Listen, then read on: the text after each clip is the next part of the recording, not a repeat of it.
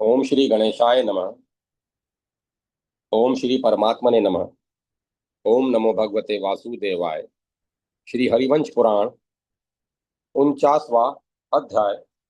दंतवक्त्र और शाल्व का भाषण सुनकर भीष्मक का श्री कृष्ण के प्रभाव का वर्णन करते हुए उन्हें प्रसन्न करने का ही निश्चय करना।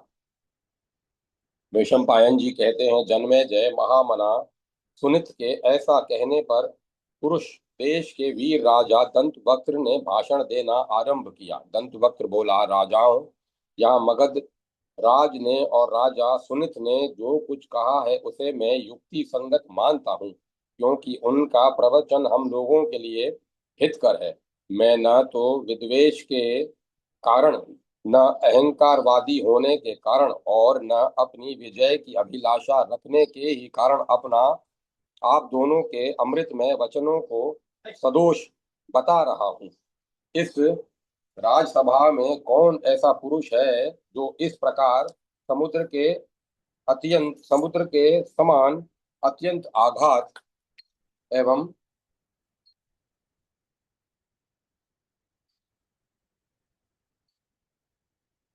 समुद्र समुद्र के समुद्र के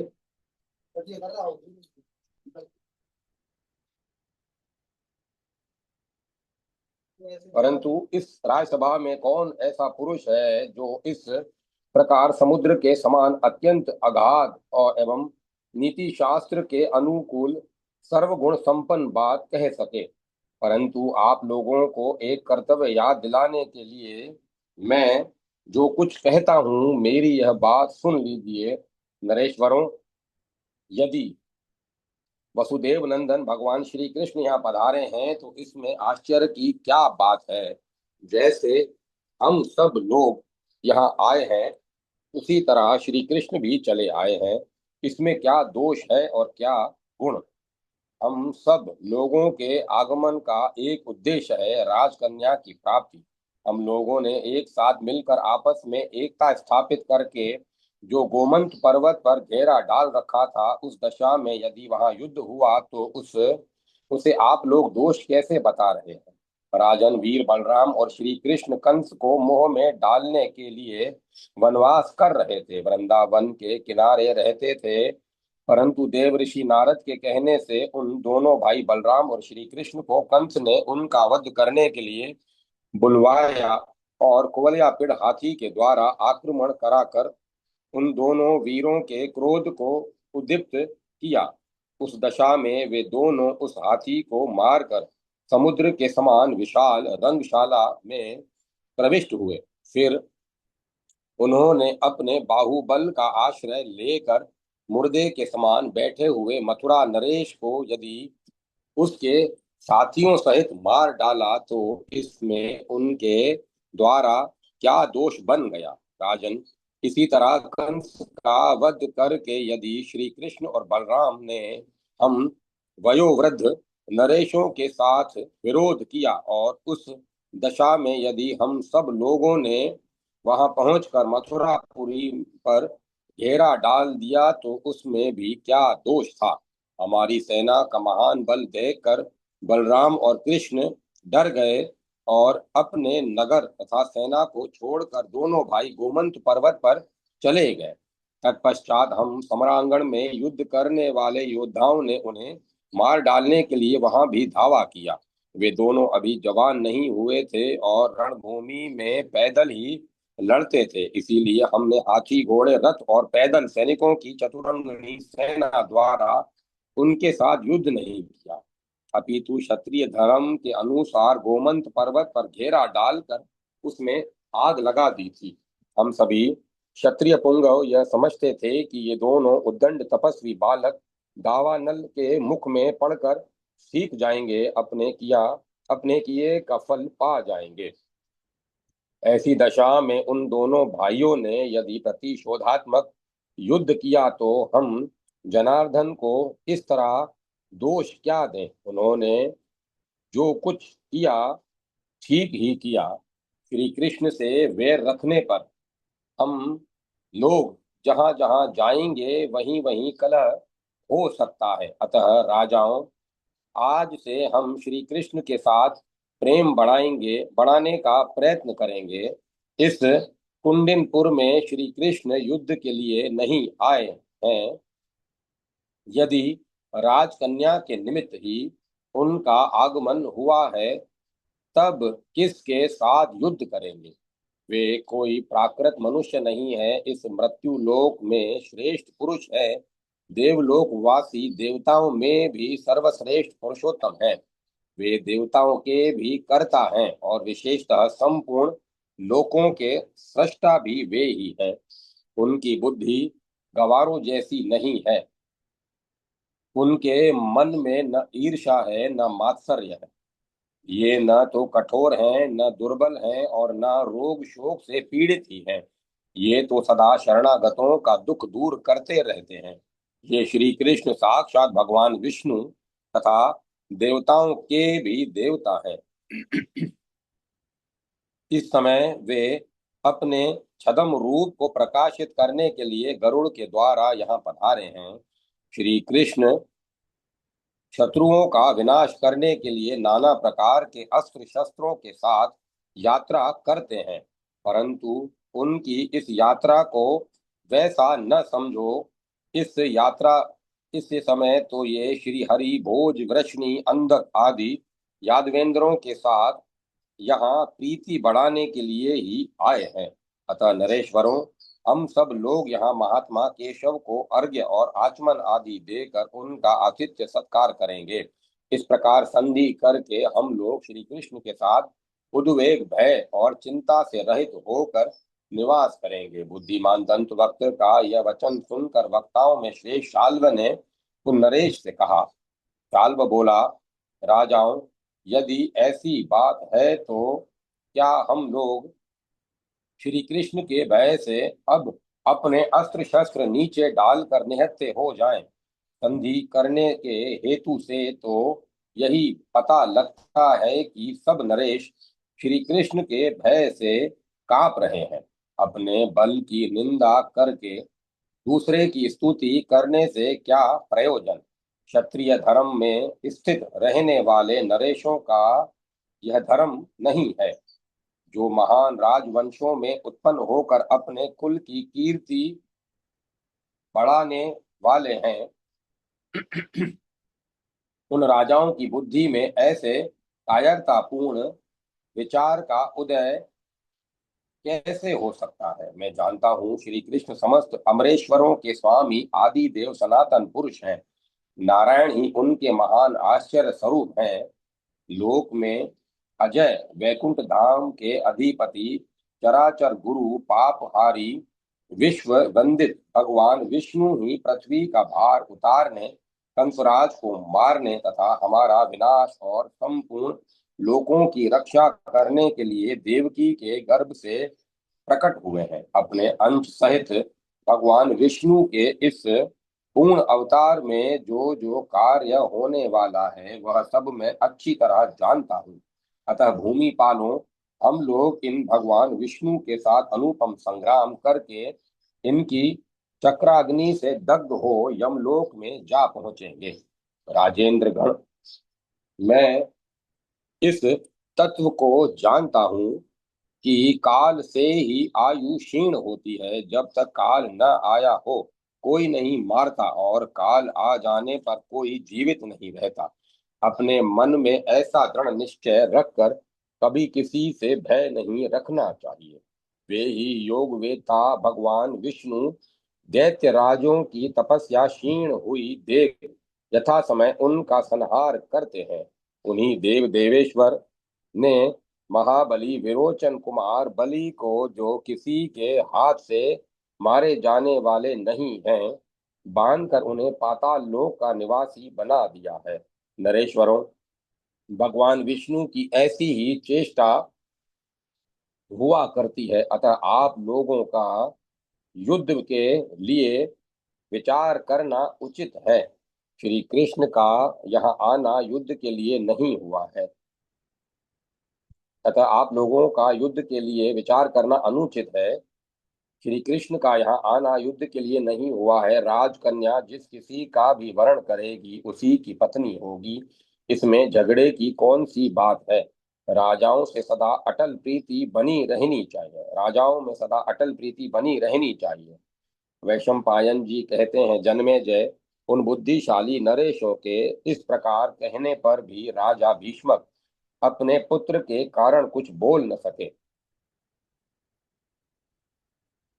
वह अपने महान बल के घमंड में भरा रहता था, भार्गवास्त्र से सुरक्षित था और रणभूमि में प्रचंड पराक्रम प्रकट करने वाला अतिरथी वीर था। भीष्मक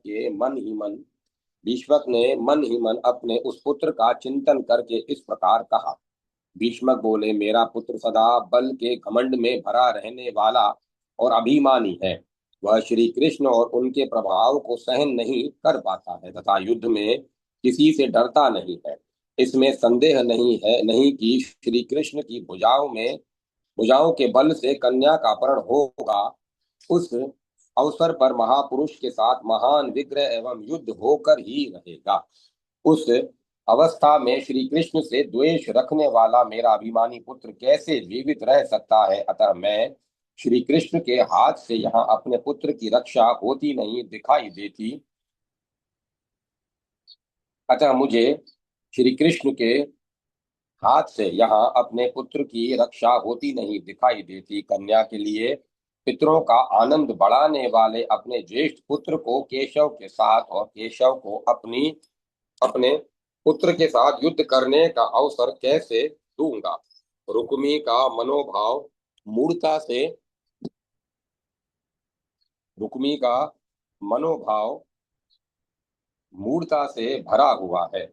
अतः वह भगवान नारायण को रुक्मणी का वर बनाना नहीं चाहता। वह बल के मद से उन्मत्त रहता और युद्ध से कभी मुंह नहीं मोड़ता है। अतः जैसे आग लगने से रुई का ढेर जल जाता है, उसी प्रकार वह श्री कृष्ण से भिड़कर निश्चय ही भस्म हो जाएगा। विचित्र प्रकार से युद्ध करने वाले अत्यंत बलवान केशव ने करवीरपुर के शूरवीर राजा श्रगाल को क्षण भर में धूल में मिला दिया।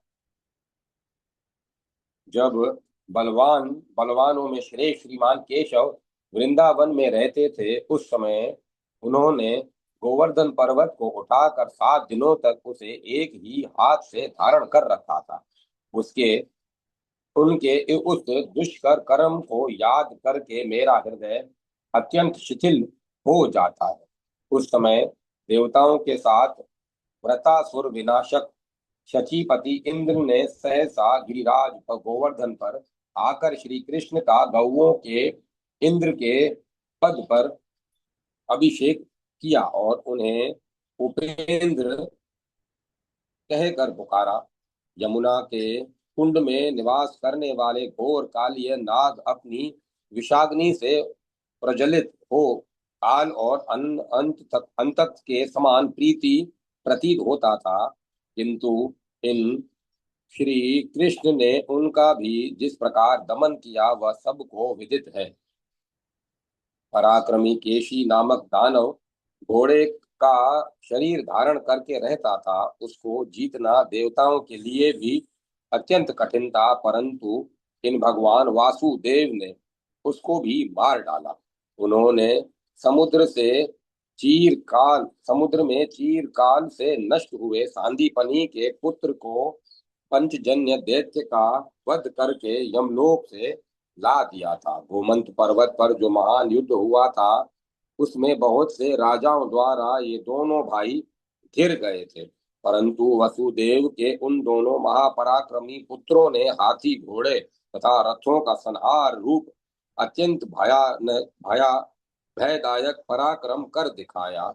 हाथियों के समूह को, रथ से रथारूढ़ योद्धाओं को, घुड़सवारों को और पैदल योद्धा से ही पैदलों को मार कर यमलोक पहुंचा दिया। देवताओं, असुरों, गंधर्वों, यक्षों, सर्पों, राक्षसों, नागों, दैत्यराजों, पिशाचों और बुरकों ने भी कभी हाथी, घोड़े और रथों का ऐसा घोर संहार नहीं मचाया था।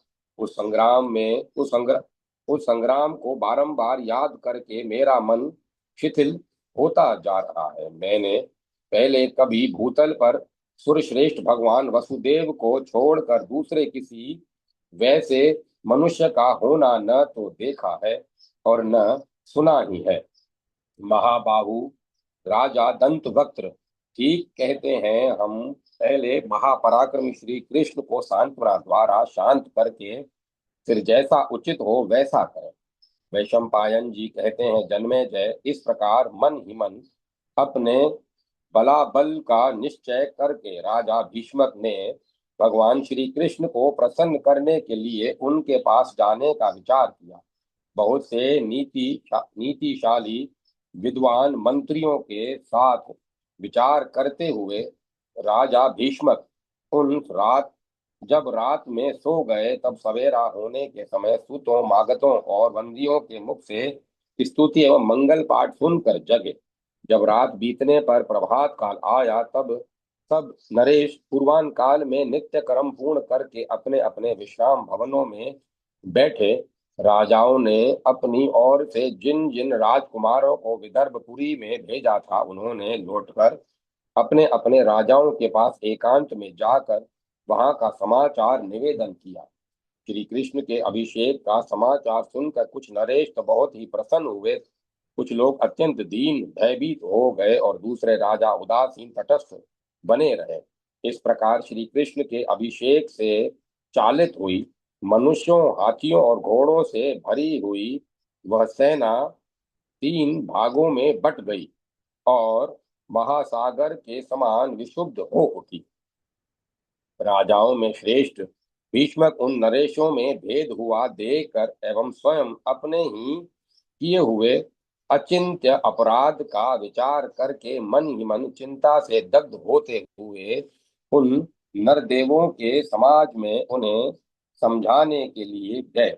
इसी बीच में इंद्र के दूत राजा कृथ और केशिक के पास जा पहुंचे और सिर झुकाकर एक पत्र निकाल कर उन्हें दिया। फिर वे राजाओं के समुद्र जैसे समाज में घुस गए।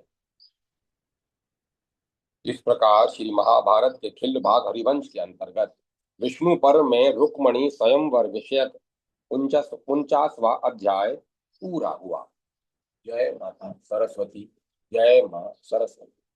50वां अध्याय कृत और केशिक द्वारा भगवान श्री कृष्ण को अपने राज्य का समर्पण।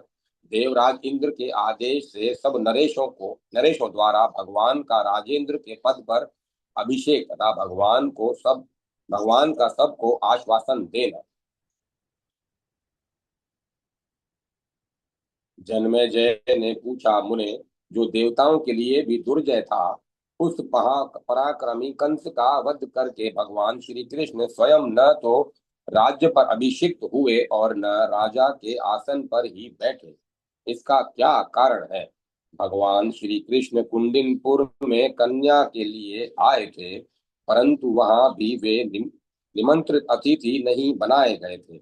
अपने आप बिना बुलाए आए थे और अपने प्रभाव के कारण पूजित हुए थे। ऐसे अनुपम अपमान को पाकर भी श्री कृष्ण ने किस लिए क्षमा कर दी?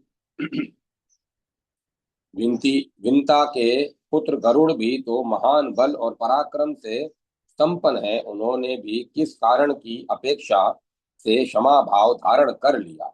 भगवान भगवान यह मुझे बताइए। इसको सुनने के लिए मेरे मन में बड़ा कौतूहल हो रहा है। वैशंपायन जी कहते हैं, जन्मेजय, कृत और केशिक भगवान के भक्त थे। उन पर कृपा करने के लिए ही भगवान वहां स्वयं पधारे थे। जब भगवान श्री कृष्ण के साथ विंतानंदन गरुड़ भी विदर्भपुरी में आए, उस समय केशिक ने उन वासुदेव के लिए मन ही मन इस प्रकार चिंतन किया, यदि हम दोनों भाई श्री कृष्ण का अभिषेक करें तो भगवान श्री कृष्ण के आश्चर्य में अभिषेक को देखकर हमारे पापों का नाश हो जाएगा तथा सबके मन में विशुद्ध भाव का उदय होगा। अतः मैं राजाओं से कहूंगा, वसुदेव पुत्र भगवान श्री कृष्ण का दर्शन कर लेने पर निश्चय ही सबके पापों का क्षय हो जाता है। हम दोनों ने श्री कृष्ण के तत्व का साक्षात्कार किया है। तीनों लोकों में उन कमल नयन देवादिदेव जनार्दन श्री कृष्ण से बढ़कर सुपात्र दूसरा कौन है। नरेश्वर, हम दोनों उनके आतिथ्य सत्कार के समय उन्हें कौन सी ऐसी वस्तु भेंट करें जिससे उत्तम पात्र को पाकर उसका समुचित आदर न करने के कारण हमारे धर्म का लोप न होने पाए। इस प्रकार दोनों भाई कृत और केशिक आपस में विचार करके अपना राज्य समर्पित करने की इच्छा से भगवान केशव के निकट गए। भगवान के पास पहुंचकर विदर्भ नगर के स्वामी वे दोनों महाभाग वीर उन श्री हरि को सिर झुकाकर प्रणाम करने के पश्चात उनसे इस प्रकार बोले, भगवान, आज आप हमारे घर पधारे, इससे हम दोनों का जीवन सफल हो गया, हमारा यश भी सफल हो गया और हमारे संपूर्ण पितृ भी तृप्त हो गए। यह चामर यजन छत्र ध्वज सिंहासन सेना तथा समृद्धिशाली कोश से परिपूर्ण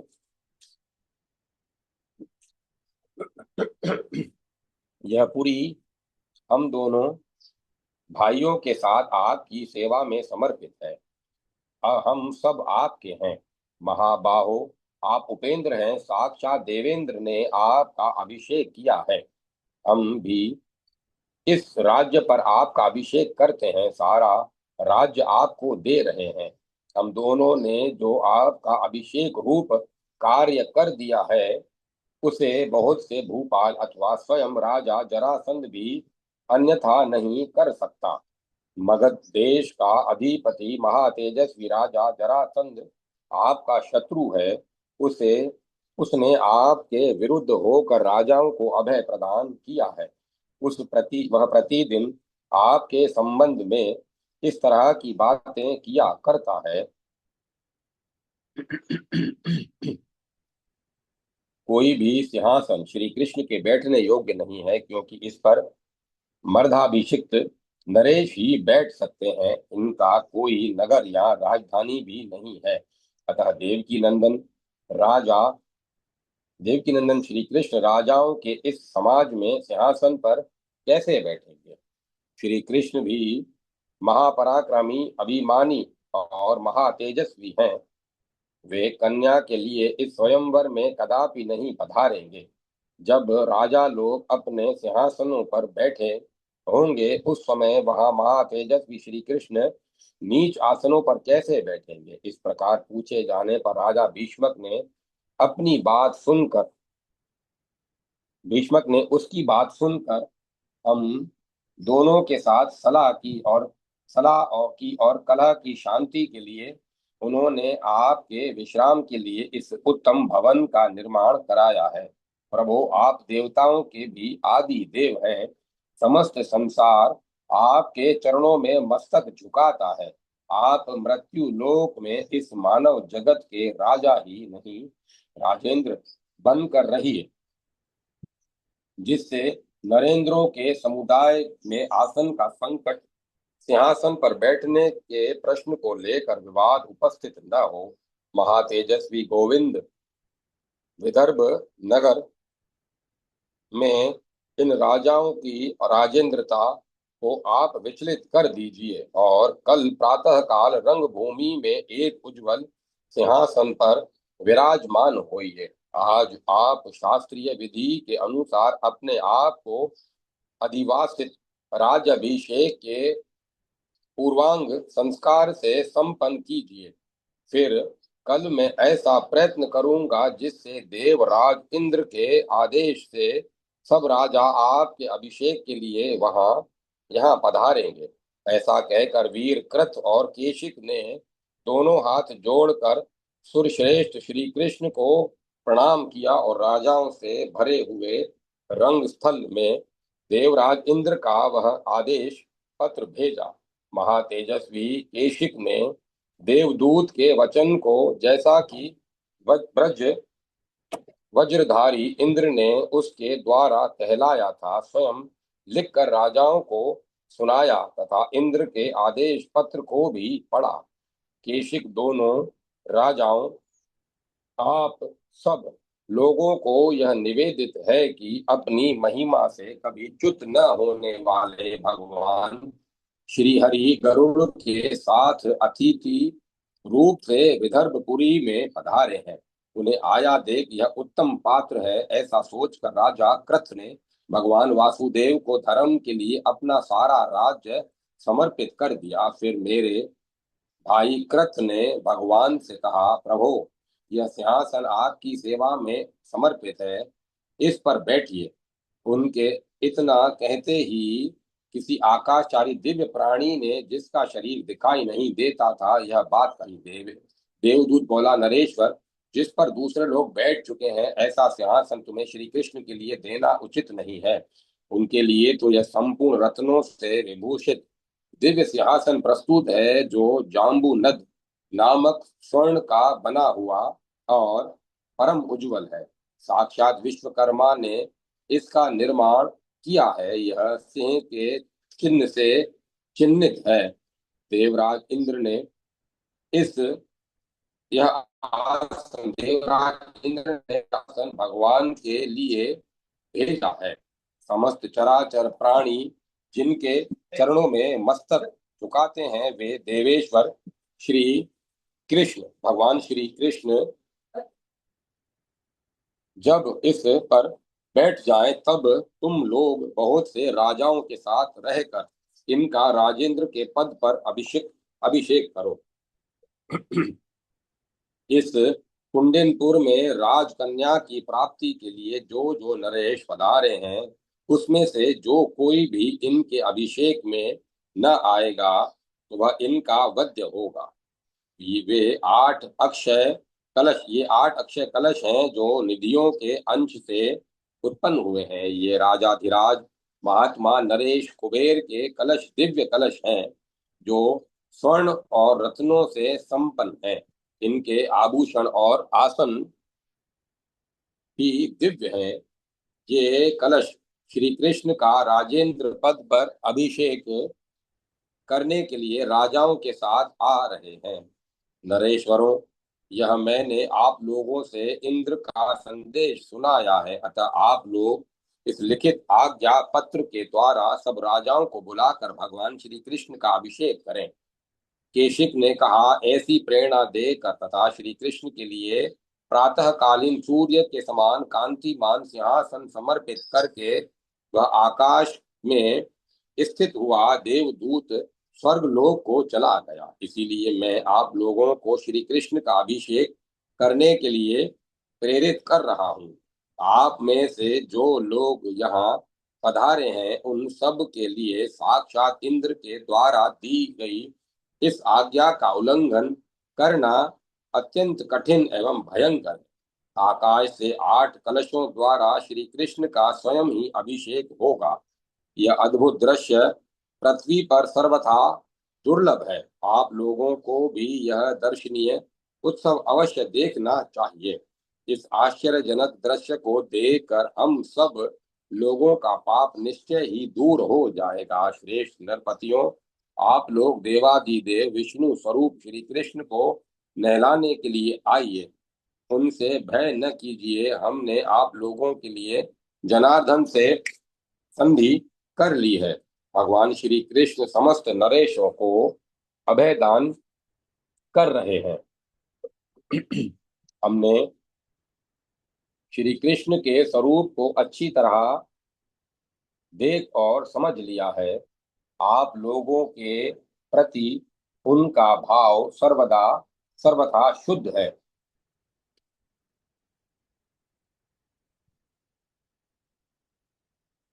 सर्वदा शुद्ध है। विशेषतः मगधराज जरासंध के लिए उनके हृदय में तनिक भी वैर नहीं दिखाई देता है। इसीलिए यहाँ जो कार्य कारण उपस्थित है, उस पर आप लोग अच्छी तरह विचार कर लें।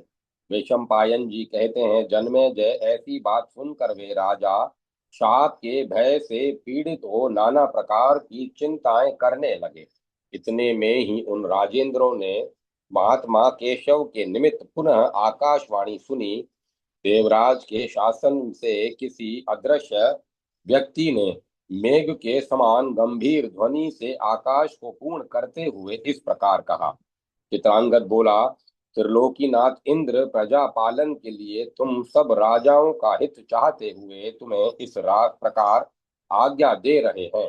श्रेष्ठ नरेश गण, तुम लोग श्री कृष्ण के साथ वैर भाव रखकर अथवा श्री कृष्ण को वैरी बनाकर जो उनके साथ रहते हो, ऐसा तुम्हारे लिए उचित नहीं है। तुम्हें एक दूसरे के साथ वैर भाव नहीं रखना चाहिए। तुम लोग परस्पर प्रेम भाव उत्पन्न करके अपने अपने राष्ट्रों में निवास करो। श्री कृष्ण शरणागतों का दुख दूर करने वाले हैं, परंतु शत्रुओं की सेना के लिए काल और अग्नि के समान भयंकर हैं।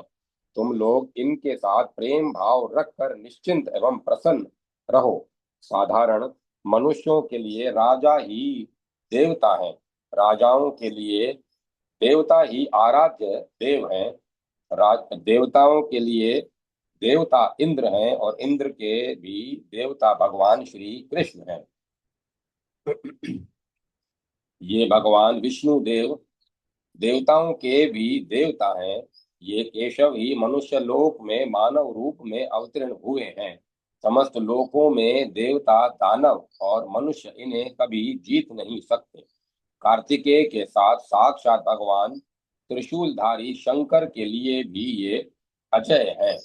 इन्हीं देवादिदेव महात्मा केशव के लिए देवताओं सहित मेरी यह इच्छा है कि इनका राजेंद्र पद पर अभिषेक हो। इससे बढ़कर मुझे और कौन सी इच्छा हो सकती है। परंतु राजेंद्र पद पर किसी का अभिषेक करने के लिए देवताओं का अधिकार नहीं है। इसीलिए मैं सर्वलोक वंदित श्री कृष्ण का स्वयं भी अभिषेक नहीं कर रहा हूँ। श्रेष्ठ नरेश गण, राजेंद्र पद पर किसी को प्रतिष्ठित करने का अधिकार केवल राजाओं को ही प्राप्त है। अतः तुम लोग कृत और केशिक के साथ विदर्भपुरी में जाकर भली भांति सोच विचार करके शास्त्रीय विधि से शास्त्र विधि के अनुसार नरेश्वरों विधि के अनुसार श्री कृष्ण का अभिषेक करो। नरेश्वरों, यह तुम लोगों के लिए परस्पर प्रेम पूर्वक संधि कर लेने का समय है।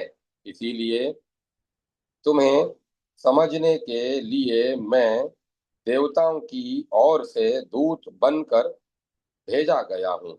श्रेष्ठ राजाओं, भगवान श्री कृष्ण विदर्भ नगर में विराजमान है और उन्हें उनका अधिवास अभिषेक का पूर्वांग संस्कार सुना दिया गया है, अर्थात वे पूर्वांग संस्कार से संपन्न हो गए हैं। राजा कृत और केशिक इनका राजेंद्र पद पर अभिषेक करने के लिए सारी तैयारी कर चुके हैं। तुम सब लोग उन दोनों के साथ महान उत्सव करके राज्याभिषेक के द्वारा भगवान का सत्कार और उनकी परिक्रमा करने के पश्चात पुनः प्रसन्नता पूर्वक स्वयंवर में लौट आओ। यह रंगभूमि सुनी न रह जाए, इसके लिए यहाँ चार श्रेष्ठ राजा बैठे रहे, जरासंध, सुनित, महारथी रुक्मी और शोभ विमान के अधिपति राजा शाल्व।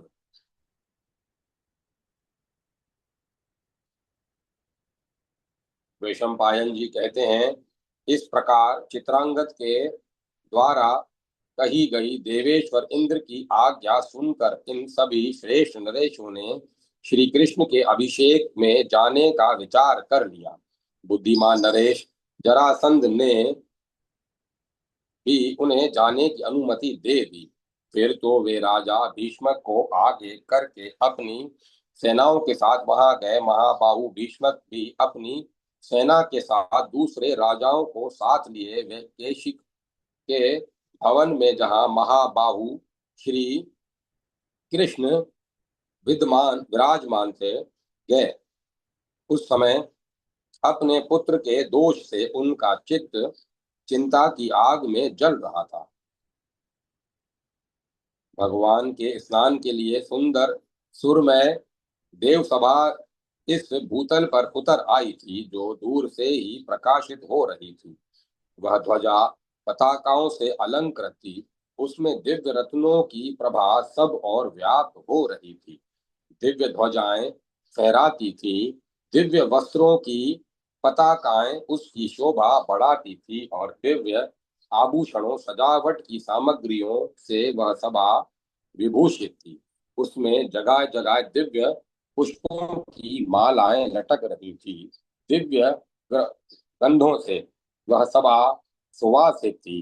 विमान पर चलने वाले कांतिमान देवताओं से उसे सब ओर से घेर रखा था। दिव्य अप्सराओं के समुदाय, विद्याधरों के समूह, गंधर्व, मुनि और किन्नर सब और आकाश में स्थित हो देवेश्वर श्री कृष्ण का यश गाते थे, तथा मुनि, सिद्ध एवं महर्षि उनकी स्तुति करते थे।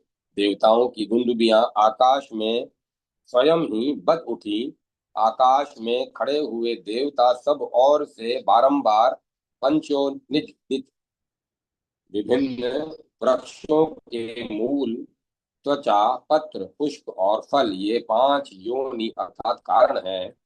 इनके जो गंध चूर्ण तैयार किए गए हैं उन्हें पंचयोनि जनित कहते हैं।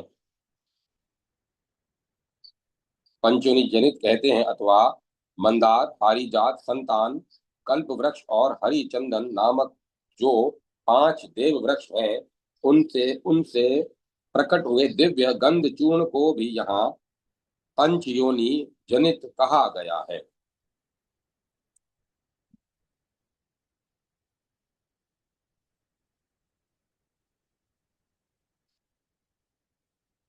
पंचयोनि जनित सुगंध चूर्ण गिरा रहे थे।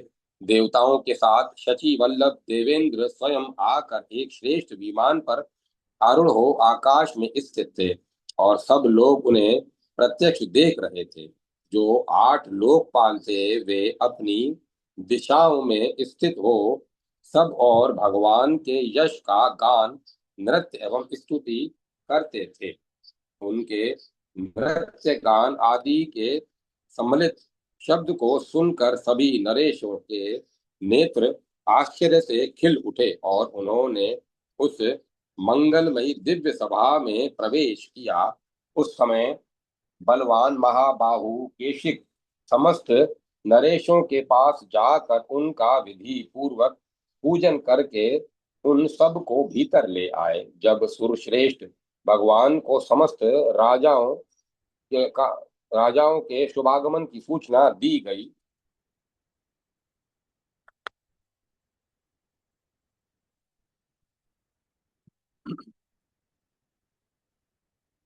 तब संपूर्ण मंगलमयी सामग्रियों से पूजित हुए वे श्रीमान हरि भवन से बाहर निकले। तदंतर आकाश में स्थित हुए वे दिव्य कलश, जिनके कंठ में वस्त्र लपटे लपेटे गए थे तथा जो आम्र पल्लवों से सुशोभित थे, भगवान के ऊपर बादलों के समान जल की वर्षा करने लगे। उन दिव्य कलशों ने भगवान का राजेंद्र पद पर अभिषेक करते समय दिव्य स्वर्ण एवं रत्नों के समुदाय से युक्त दिव्य पुष्पों से सुवासित तथा सुगंध चूर्ण से मिश्रित जल के द्वारा शास्त्रोक्त विधि से शास्त्र विधि के अनुसार श्री कृष्ण के अभिषेक का कार्य संपन्न करके उन्हें सुंदर दिव्य वस्त्राभूषणों द्वारा अलंकृत एवं नरेशों के लिए दर्शनीय कर दिया। तत्पश्चात दिव्य वस्त्र, विचित्र दिव्य माला और दिव्य अनुलेपन से वहां आए हुए राजाओं का विधि पूर्वक सत्कार करके उनकी अनुमति ले भगवान श्री कृष्ण अपने स्नान के लिए इस भूतल पर उतरी हुई सुंदर एवं रमणीय देव सभा के भीतर एक उज्जवल दिव्य सिंहासन पर विराजमान हुए। उस समय यादव तथा विदर्भ देशीय नरेश उनकी सेवा के पास ही खड़े थे। इच्छा अनुसार रूप धारण करने वाले बलवान एवं महापराक्रमी गरुड़ मनुष्य का रूप धारण करके भगवान के दाहिने बगल में जाकर एक आसन पर बैठे वीरकृत और केशिक, ये दोनों महात्मा नरेश भगवान की आज्ञा पाकर उनके वाम पार्श्व में एक आसन पर बैठे। उसी प्रकार वाम भाग में ही वेश्णी, दृष्णि और अंधक वंश के महारथी सत्यायिकी आदि महाबली वीर भी विराजमान हुए। सूर्य के समान तेजस्वी तथा दिव्य बिछोनों से सुसज्जित दिव्य सिंहासन पर सुखपूर्वक बैठे हुए श्रीमान भगवान श्री कृष्ण देवताओं के लिए विराजमान शचीपति इंद्र के समान शोभा पा रहे थे। तदंतर मंत्रियों से राजाज्ञा पाकर कभी सभी नरेश उस भवन में प्रविष्ट हुए। उन समस्त नरेशों ने यथा योग्य भगवान का पूजन किया, फिर वे अपने आसनों पर सुखपूर्वक बैठ गए। इसके बाद वक्ताओं में श्रेष्ठ महाज्ञानी केशिक, जो समस्त शास्त्रों के मर्मज्ञ थे, यथोचित रूप से भगवान का पूजन करके इस प्रकार बोले। केशिक ने कहा, प्रभो देव, अब तक सब राजा अज्ञानवश आपके विषय में ही यही जानते थे कि ये भी मनुष्य ही हैं, इसीलिए ये लोग आपके प्रति अपराध कर बैठे हैं। आप इन अपराधियों को क्षमा कर दें। श्री कृष्ण बोले, केशिक, मेरे मन में एक दिन भी वैर नहीं टिकता है। विशेषतः क्षत्रिय धर्म में स्थिर रहने वाले नरेशों पर, जो युद्ध को धर्म समझकर उसमें प्रवृत्त होते और अधर्म से मुंह मोड़े रहते हैं। किस लिए क्रोध किया जाए। भूमि पालों, जो बीत गया वह गया, जो लोग मर गए वे स्वर्ग में चले गए। इस मनुष्य लोक का यह स्वाभाविक कर्म नियम है कि यहाँ प्राणी जन्म लेते ही मरते रहते हैं। अतः नरेश्वरों, जो लोग मर गए या मारे गए उनके लिए आप लोगों को शोक नहीं करना चाहिए। हमें तो क्षमा ही अच्छी लगती है। अतः वे सब राजा आज से वैर भाव का त्याग करके निर्वैर हो जाएं। वैशंपायन जी कहते हैं, जन्मेजय उन नरेशों से ऐसा कहकर उन्हें आश्वासन दे महातेजस्वी भगवान मधुसूदन केशिक के मुंह की ओर देख कर चुप हो गए। इसी समय वक्ताओं में श्रेष्ठ नीति कुशल राजा भीष्मक भगवान का यथोचित पूजन करके बोले। इस प्रकार श्री महाभारत के खिल भाग हरिवंश के अंतर्गत विष्णु पर्व में रुक्मणी का स्वयंवर विषय 50वां अध्याय पूरा हुआ। जय माता सरस्वती। जय मां सरस्वती। 91वां अध्याय श्री कृष्ण और भीष्मक का संवाद। भीष्मक द्वारा श्री कृष्ण की स्तुति तथा श्री कृष्ण का मथुरा गमन। भीष्मक ने कहा, भगवान, मेरा पुत्र रुक्मी अपने बाल्य चापल्य या अविवेक के कारण अपनी बहन को नरेंद्रों के समक्ष स्वयंवर में देना चाहता है, परंतु मेरी इच्छा उसे स्वयंवर में देने की नहीं है। अत्यंत बचपन या मूर्खता के कारण ही वह अपनी बहन को स्वयंवर में देना चाहता है, ऐसा मेरा विश्वास है। मेरी राय तो यही है कि वह अकेली एकमात्र मनोनीत पति का वरण करे। अतः प्रभो, मैं अपने पुत्र की दुर्नीति के कारण अपने को अपराधी मानकर आपको प्रसन्न करना चाहता हूँ। देवेश्वर, आप मुझ पर कृपा बनाए रखें और मेरे अपराध को क्षमा कर दें। श्री कृष्ण बोले, राजन, आपके पुत्र ने बाल्यावस्था में ही समस्त नरेश मंडल में हलचल मचा दी है। फिर जब वह प्रौढ़ होगा तब न जाने उसकी उद्दंडता कैसी हो जाएगी। जो एक राजा के सामने भी मोहवश झूठ बोलता है, वह राजाओं को मिलने वाले सूर्य और चंद्रमा के समान प्रकाशमान तथा तपस्या से श्री संपन्न हुए लोगों को, जो उसे महान कुल में उत्पन्न होने के कारण सुगमता पूर्वक किए गए बड़े बड़े यज्ञों द्वारा प्राप्त हुए हैं, यम यातना की आग से दग्ध कर देता है। और इन लोकों में से ही एक, जो यह लोक है उसमें भी वह रह नहीं पाता है। प्रभो, यह सत्य भाषण नरेशों का धर्म है। इस बात को आप भी जानते ही होंगे। स्वयंभू ब्रह्मा जी ने पूर्व काल में लोक धर्म को सामने रखते हुए सत्य के ही महत्व का मान किया है। मनुजेश्वर राजेंद्र, ऐसी दशा में आपका पुत्र राजसभा में उन राजाओं के आगे झूठ कैसे बोल सकता है जिसमें आपकी सम्मति नहीं होगी। उसी उसकी उसकी घोषणा वह कैसे कर सकता है। आपका पुत्र जब वैसा अनुपम रंग स्थल बनवा रहा था तब आप उसकी यह चेष्टा से किस तरह अनजान रह गए, यह मेरे मन में महान संशय है। अग्नि, सूर्य और चंद्रमा के समान कांतिमान नरेश यहाँ पधारे हैं और आपने उन सब का यथोयोग्य पूजन करके आतिथ्य सत्कार किया है। फिर आप इन बातों से अपने को अपरिचित कैसे बता रहे हैं। राजन, रथ, घोड़े, हाथी और पैदल सैनिकों से भरी हुई चतुरंगनी सेना का जो अनुपम संहार हुआ है वह सब आपके पुत्र की कुचेष्टाओं का ही फल है। इस बात की जानकारी आपको कैसे नहीं हुई। राजन, जब यहाँ चतुरंगनी सेना का जमाव होगा तब क्या कोई खेदजनक घटना नहीं घटित होगी। यह बात आपकी समझ में कैसे नहीं आ रही है। यह मेरी बुद्धि में संशय उत्पन्न हो गया है नरेश्वर। मेरा यहाँ आगमन ही प्राय आपके लिए हितकर नहीं है। ऐसा समझकर ही आपने मुझ अपात्र का आतिथ्य सत्कार नहीं किया। राजन, मुझे छोड़कर आप इन सुपात्र राजाओं को अपनी कन्या दीजिए।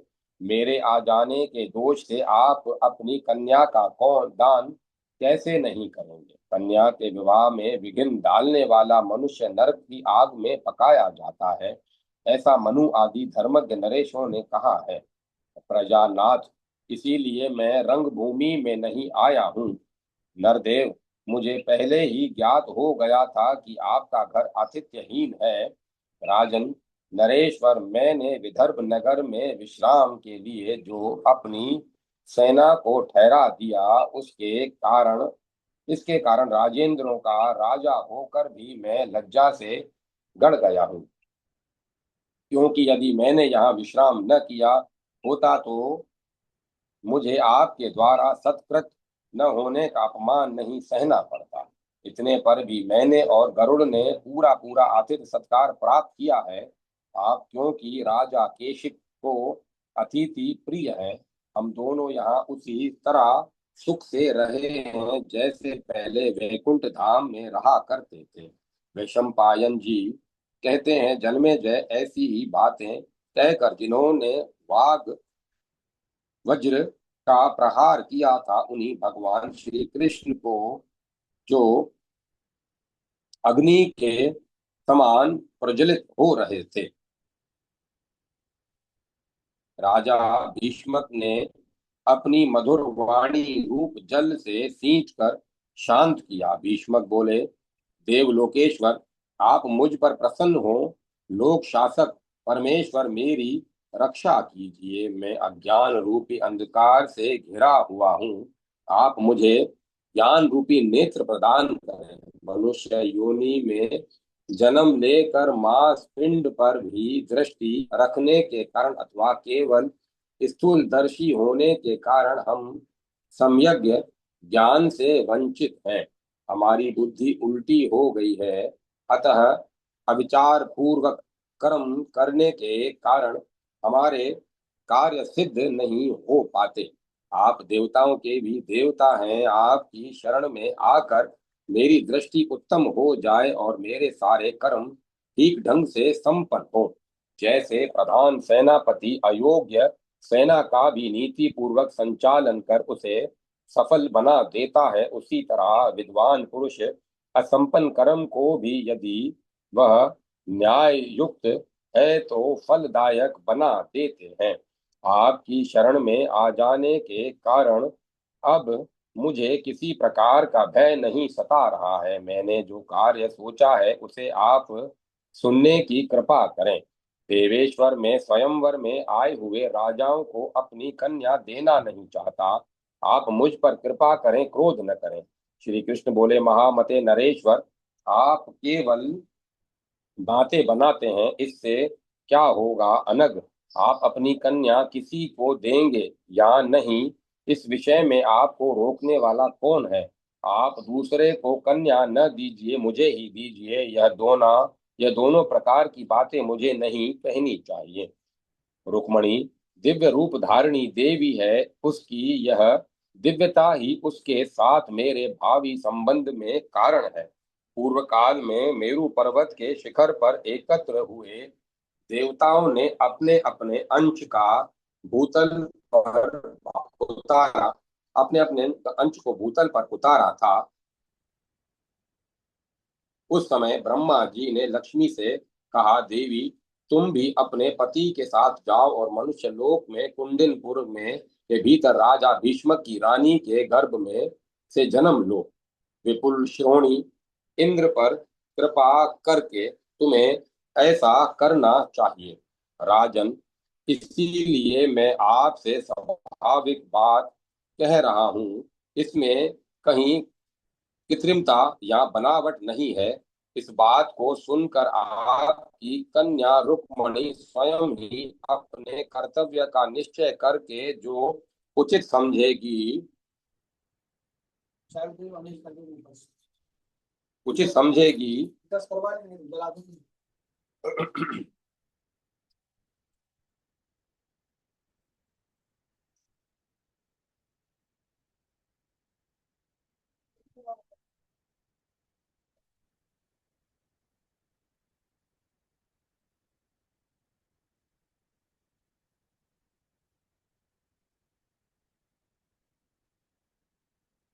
वह नरेंद्रों के सामने स्वयंवर विधि का पालन करने योग्य नहीं है। एक कन्या को राजन, इसीलिए मैं आपसे स्वाभाविक बात कह रहा हूं, इसमें कोई कृत्रिमता या बनावट नहीं है।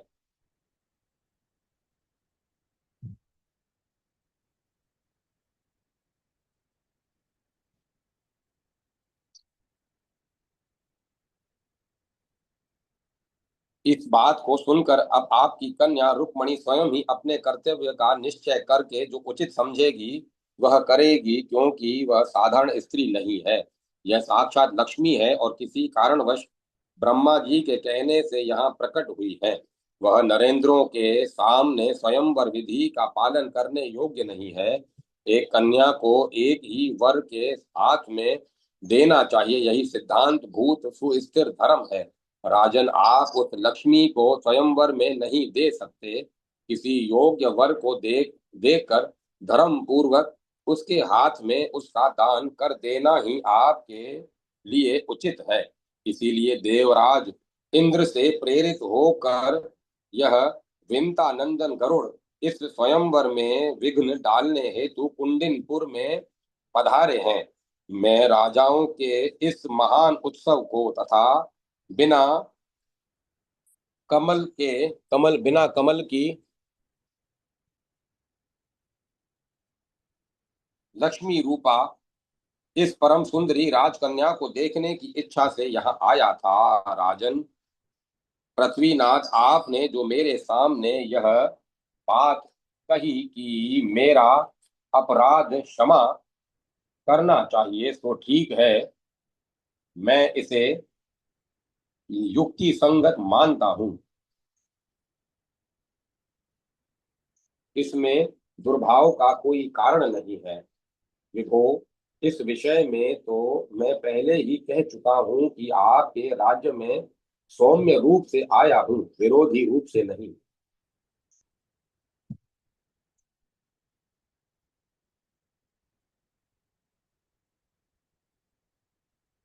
विरोधी रूप से नहीं, इसी से आपको समझ लेना चाहिए कि मैंने क्षमा कर दी है। राजन, क्षमाशील पुरुषों में बहुत से गुण प्रकट होते हैं, क्षमा सब दोषों को हर लेने वाली है। मुझ जैसे पुरुष के हृदय में दुर्भाव कैसे रह सकता है नरेश्वर? आप भी कुलीन, सतवगुण संपन्न, धर्मज्ञ और सत्यवादी हैं। इस भूतल पर आप जैसे पुरुष के हृदय में कलुष भाव कैसे टिक सकता है? मैं सेना के साथ यहाँ आया हूँ, इसीलिए आपको यही मानना चाहिए कि ये क्षमाशील हैं, क्योंकि मैं शत्रुओं की सेना में अपनी सेना साथ लेकर नहीं जाता हूँ। जब मैं असहिष्णु होकर शत्रु सेना पर आक्रमण करता हूँ, तब गरुड़ पर बैठता हूँ और अपने हाथ में चंद्रमा और तथा सूर्य के समान चमकीले अस्त्र शस्त्र धारण करता हूँ। राजन, मेरे लिए पिता सबसे अधिक आदरणीय है, जो अवस्था में आपके ही तुल्य है। अतः आप भी मेरे लिए पिता के ही तुल्य हैं। आप अपनी पुरी का भली भांति पालन कीजिए और क्षत्रियों के में पिता के समान आदरणीय बनकर रहिए। राजेंद्र, दुर्भाव तो कायरों के में रहा करता है, विशुद्ध भाव वाले शूरवीरों में कलुषित भाव कैसे रह सकता है? मेरी यह वृत्ति सर्वथा कलुष भाव से रहित है। इस बात को आप लोग अच्छी तरह जान लें। हम पुत्रों पर पिता के तुल्य ही स्नेह रखते हैं। ये दोनों विदर्भ नगर के अधिपति राजा कृत और केशी भी ऐसे ही स्वभाव के हैं। इन दोनों ने हम लोगों को आतिथ्य सत्कार करते समय मुझे अपना सारा राज्य ही समर्पित कर दिया। उस दान के फल से इनके 10 पीढ़ी पहले के पूर्वज स्वर्ग लोक में चले गए। भविष्य में भी 10 पीढ़ी तक जो पुत्र पौत्र आदि राजा होंगे, वे सभी नरेश उक्त दान के फल से उसी देवलोक में जाएंगे। इन दोनों को चीरकाल तक अकंटक राज्य भोग लेने के पश्चात जब मोक्ष की अभिलाषा होगी, तब ये सुख पूर्व स्वरूप परमानंद पद को प्राप्त कर लेंगे। जो महाभाग नरेश मेरा अभिषेक करने के लिए आए थे, वे भी समयानुसार देवताओं के निवास भूत स्वर्ग लोक में चले जाएंगे। आप लोगों का कल्याण हो। जब मैं गरुड़ के साथ भोजराज उग्रसेन द्वारा पालित रमणीय मथुरापुरी को जाऊंगा, वैशंपायन जी कहते हैं, जन्मेजय, राजा भीष्मक से ऐसा कहकर विशेषता यहाँ वहां बैठे हुए राजाओं से विदा ले यदुकुल नंदन देवेश्वर श्री कृष्ण विदर्भ राज और केशिक के साथ सभा भवन से निकलकर रथ के निकट गए। तदंतर भगवान श्री कृष्ण को जाते देख राजश्री भीष्मक भीष्मक बड़े प्रसन्न हुए और उन समस्त भूपालों के मुख पर विषाद छा गया, जो सबके आदि कारण स्वयं भू स्वरूप देवताओं और असुरों द्वारा वंदित, सहस्त्रों चरणों से युक्त, सहस्त्रों नेत्रों से विभूषित, सहस्त्रों भुजाओं से सुशोभित शरीर वाले, सहस्त्रों मस्तकों से संपन्न तथा सहस्त्रों मुकुटों से प्रकाशमान है, जो दिव्य माला तथा दिव्य वस्त्र धारण करने वाले, दिव्य गंध और दिव्य अनुलेपन से अलंकृत हैं, जिनके श्री अंगों पर दिव्य आभूषण शोभा देते हैं, जो अनेक दिव्य आयुधों से संपन्न है, तथा चंद्रमा, सूर्य और अग्नि जिनके नेत्र हैं, उन अरुण कमल नयन राजेंद्र श्री कृष्ण को देख कर राजा भीष्मक हाथ जोड़कर उनके चरणों में गिर पड़े। इस प्रकार मन, वाणी और शरीर द्वारा प्रणाम करके उन्होंने उस समय उनकी स्तुति आरंभ की। भीष्मक बोले, देव देव, आपको नमस्कार है। आप आदि और अंत से रहित हैं। आपको नमस्कार है। नारायण, आप सब से के परम आश्रय हैं। आप सनातन आदि देव को नमस्कार है। आप ही स्वयंभू ब्रह्मा, विश्वरूप, स्थाणु, महादेव अथवा स्थावर प्राणी, वेदस्थ, विधाता, पद्मनाभ, जटाधारी, दंड धारी, पिंगल वर्ण, हंस कांति, हंस रूप तथा चक्र स्वरूप है। आपको नमस्कार है। आप वैकुंठ धाम के अधिपति अजन्मा एवं परमात्मा हैं। आपको नमस्कार है। आप ही सद्भाव और असद्भाव से युक्त हैं। आप ही पुराण पुरुष हैं। आपको नमस्कार है। आप योग युक्त पुरुषोत्तम एवं निर्गुण परमात्मा हैं। आपको नमस्कार है। सुरश्रेष्ठ, मैं आपका भक्त हूँ। आप मेरे लिए सदा वरदायक हो। नाथ, आप ही संपूर्ण लोकों के नाथ संरक्षक हैं। आत्मज्ञानियों के विष्णु सर्वव्यापी परमात्मा भी आप ही हैं। वैशंपायन जी कहते हैं, जन्मेजय राजा भीष्मक ने समस्त नरेशों के सामने बहुमूल्य मणियों तथा मुक्ताओं द्वारा वज्र और वैदुर्य मणि का भी उपहास करने वाले महान देवता श्री कृष्ण की इस प्रकार स्तुति करके उन्हें स्वर्ण की राशि भेंट की। फिर महाबली विंता नंदन गरुड़ को भी नमस्कार किया। भीष्मक बोले, जिनका वेग वायु के समान है, जो इच्छा अनुसार रूप धारण करने वाले दिव्य स्वरूप एवं कश्यप मुनि के पुत्र हैं, उन पक्षीराज गरुड़ को नमस्कार है, नमस्कार है।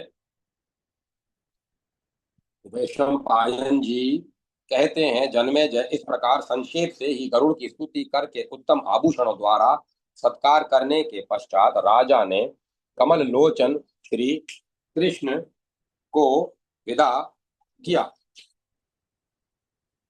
उन्हें उनके छोटे भाई उपेंद्र के प्रस्थान करने पर बहुत से राजा उनके पीछे पीछे गए। पराक्रमी श्री कृष्ण उन राजाओं का सत्कार ग्रहण करके उनसे विदा ले दसों दिशाओं को प्रकाशित करते हुए सौम्य रूपधारी पक्षी प्रवर विंता नंदन गरुड़ को आगे करके मथुरापुरी को गए। वे अपने को चारों ओर से विशाल रथ समूह द्वारा घेर कर बेरी पटह शंख और दुंदुबियों की ध्वनि के साथ प्रस्थान चाल वे अपने को चारों ओर से विशाल रथ समूह द्वारा घेर कर बेरी पटह शंख और दुंदुबियों की ध्वनि के साथ प्रशिष्ट हुए। हाथियों के चिंगाड़ने, घोड़ों के हिनहिनाने, शूरवीरों के सहनाद करने तथा रथ के पहियों की गरगराहट से मिलकर उन वादों का ऐसा महान तुमुल नाद हुआ, जो महामेघों की गंभीर गर्जना के समान प्रतीत होता था। महापराक्रमी श्री कृष्ण के चले जाने पर देवता लोग उस श्रेष्ठ सिंहासन तथा सभा भवन को साथ ले स्वर्ग लोक को चले गए। विशाल चतुरंगनी सेना से घिरे हुए राजा लोग एक कोस तक पीछे पीछे जाकर भगवान जनार्दन की आज्ञा मिलने पर लौटे और सब के सब पुनः स्वयंवर में चले गए। इस प्रकार